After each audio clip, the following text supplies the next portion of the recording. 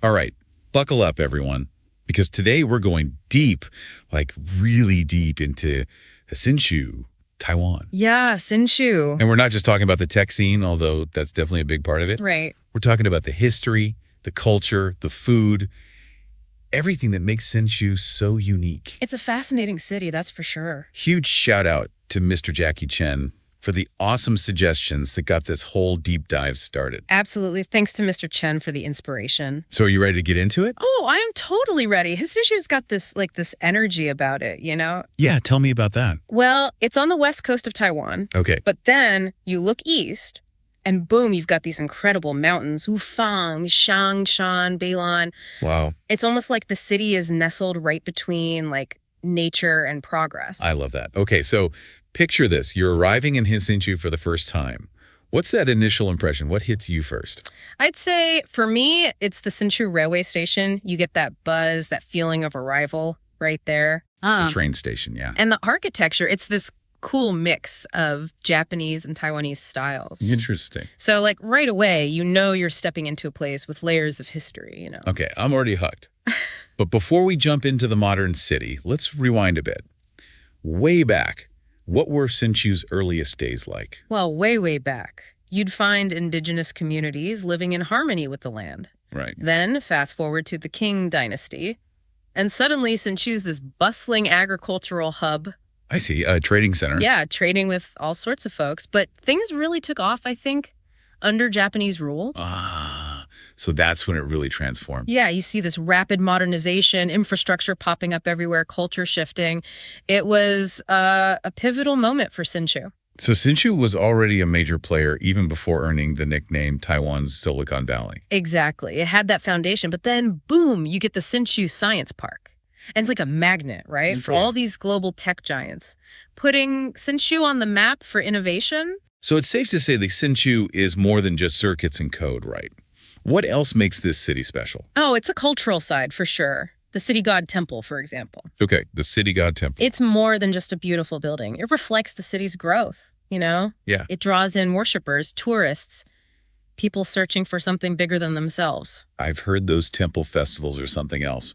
Dragons and lions dancing through the streets, that kind of energy must be amazing to see firsthand. Oh, absolutely. And don't forget the glass craftsmanship. Oh, right. Hsinchu is known for its glasswork. Yeah, it's this amazing tradition, adds a whole other dimension to the city's personality. I'm already getting hungry just thinking about it all. Ah, you and me both. All right, time to talk about Hsinchu's food scene. Where should our listeners head if they're traveling with family? Traveling with family. The Hsinchu Zoo, definitely. It's got tons of animals, especially those colorful tropical birds. Kids love those. Oh yeah, kids go nuts for them. Plus, there are play areas to keep them entertained for hours. Perfect. What about a spot with a bit more historical significance? Something to really transport you back in time? You can't beat the city god temple for that. It's dedicated to the city god and his wife. You'll see these intricate carvings, and the history goes back centuries. Plus, the festivals held there are truly something special. It's amazing to think about how these structures have witnessed so much of Hsinchu's story unfold over the years. Now, for those moments when you just need a bit of peace and quiet, where should our listeners go? Lizzie Park is your spot. Imagine fountains, pathways winding through all this greenery. Perfect for a relaxing stroll, a bike ride even. Sounds incredibly peaceful. But for those history buffs out there, what would you recommend? The Japanese colonial period military officers club. They've turned it into this fascinating museum. It's like stepping right back in time. Wow, getting chills just thinking about that. And what about those wanting to dive even deeper into the past? Easy. The Japanese colonial period Hsinchu State Library. It's right near the Officers Club, and it's beautifully preserved, houses this incredible collection of books and research materials. A real treasure trove for history lovers. But we can't forget about our listeners who crave a bit of excitement, a bit of adventure. What's Hsinchu got for them? Nanliao's calling their name. 17 kilometers of coastline, sandy beaches, perfect for surfing, diving, or just soaking up the incredible views. 17 kilometers of coastline. Wow. Okay, I can practically feel the ocean breeze now. But all this exploring is bound to work up an appetite.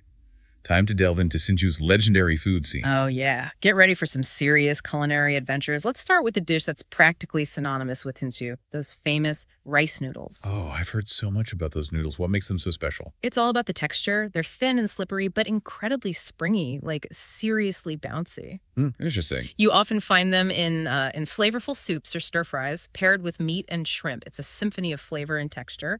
My mouth is watering already. Yeah. But I know Hsinchu's food scene is way more than just noodles. What else should we add to our culinary adventure? Get ready for Hsinchu meatballs. They're bursting with flavor and have this amazing bouncy texture we call cuisine. Craggly, huh? Yeah. Okay, you're going to have to explain that one to me. But first, so far we've got noodles, meatballs.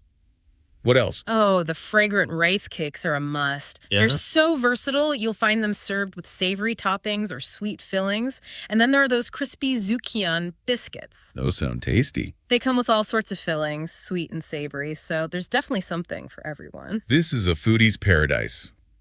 But what about some lighter bites? Well, if you're looking for something refreshing, try the shuiren wraps. They're like these thin pancakes filled with fresh veggies and delicious sauces. Those sound perfect for a light lunch. And then there's the iconic Guo family ancestral runbing. What's special about that one? It's known for its super fresh ingredients and a special sauce that's, well, a closely guarded family secret.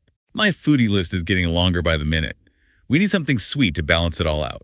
Head to Yanming for their soft and springy steamed cakes. They're perfect for an afternoon pick-me-up, especially with a cup of tea. Okay, those sound delightful. But I'm also curious about those savory delights you mentioned earlier. You have to try Shijia's fresh fish balls. They've got this incredible bounce to them. And if you like a little spice, Shuangxing's sweet and spicy tempura is mind-blowing. I do love bowls flavors. And what about a drink to wash it all down? You can't go wrong with papaya milk. King's papaya milk. It's a Hsinchu classic. Okay, now we're talking. We've covered a lot of culinary ground here.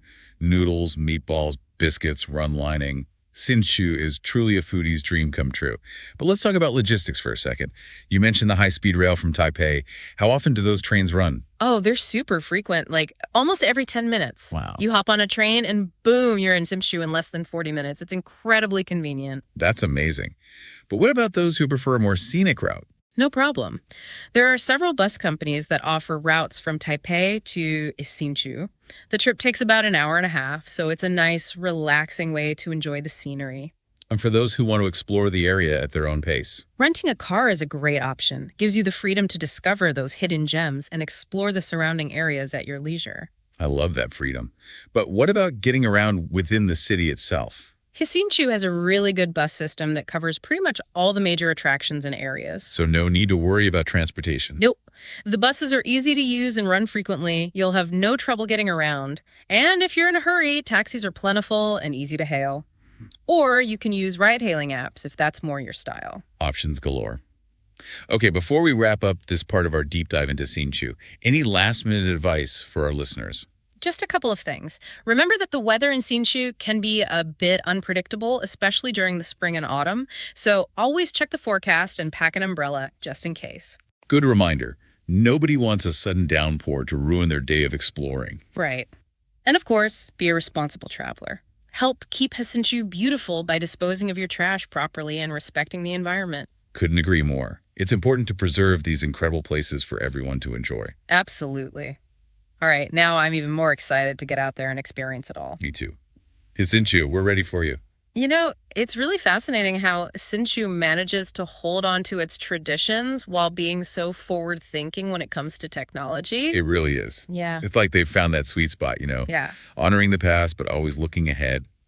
And speaking of traditions, let's dive back into the food scene. Oh, yeah, let's do it. You teased us with those delicious details earlier, especially those famous rice noodles. Ah, yes, the noodles. What is it about them that gets people so excited? Honestly, it's all about the texture. They've got this springiness to them, a chewiness that you just won't find everywhere. I've never heard noodles described as chewy before. Just imagine it like slurping them up in a flavorful broth. Okay, yeah. Or how they cling perfectly to all those stir-fried ingredients. It's really an experience. Not just a meal. Exactly.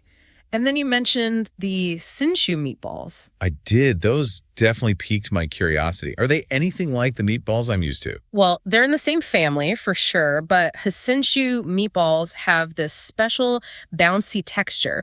It's described as cuye. Cuye. Okay, that's a new one for me. We're going to have to break that down. It's like they just burst with flavor in your mouth. It's hard to explain. You got to try it. I'm adding that to my must-try list for sure.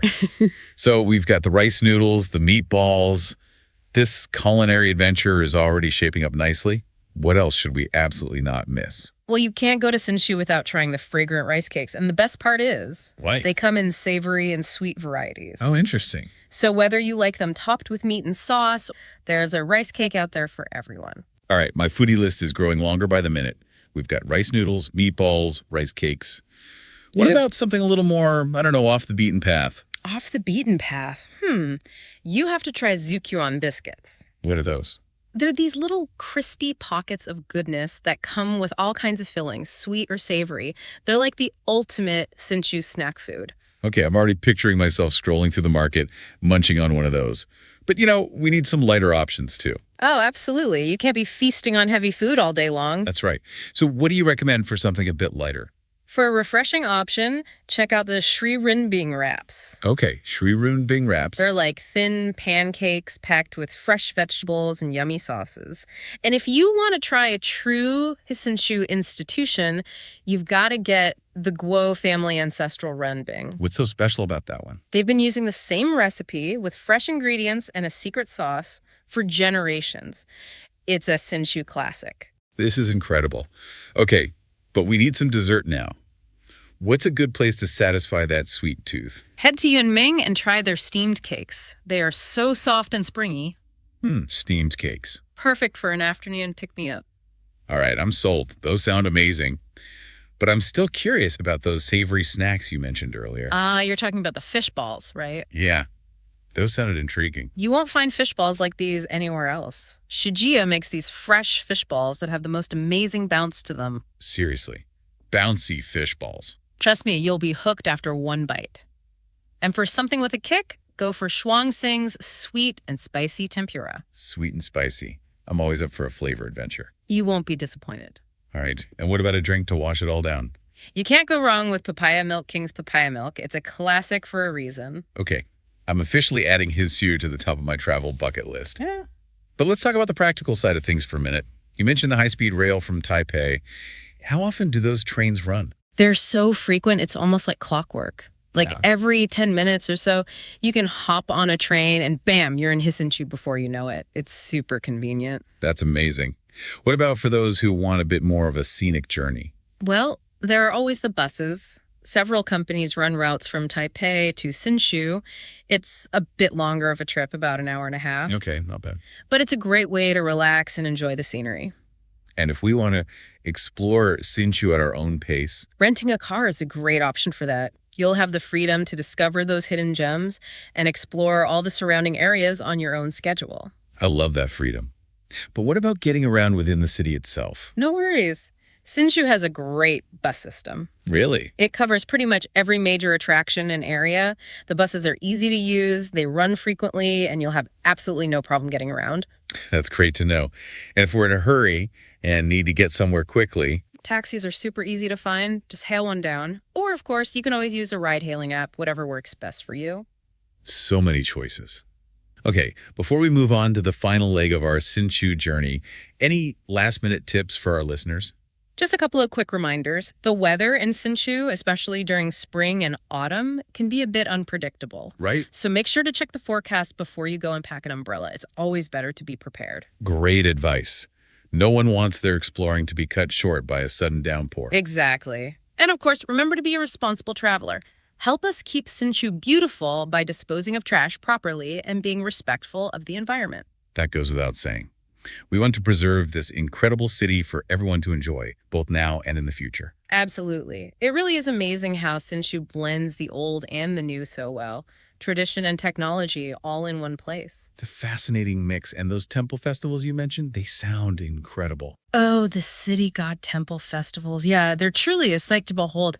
Just imagine these elaborate processions through the streets, floats decorated with all these intricate details, people dressed in these vibrant costumes. Yeah. And then there are the dragon and lion dances. They're just mesmerizing. So much energy and skill.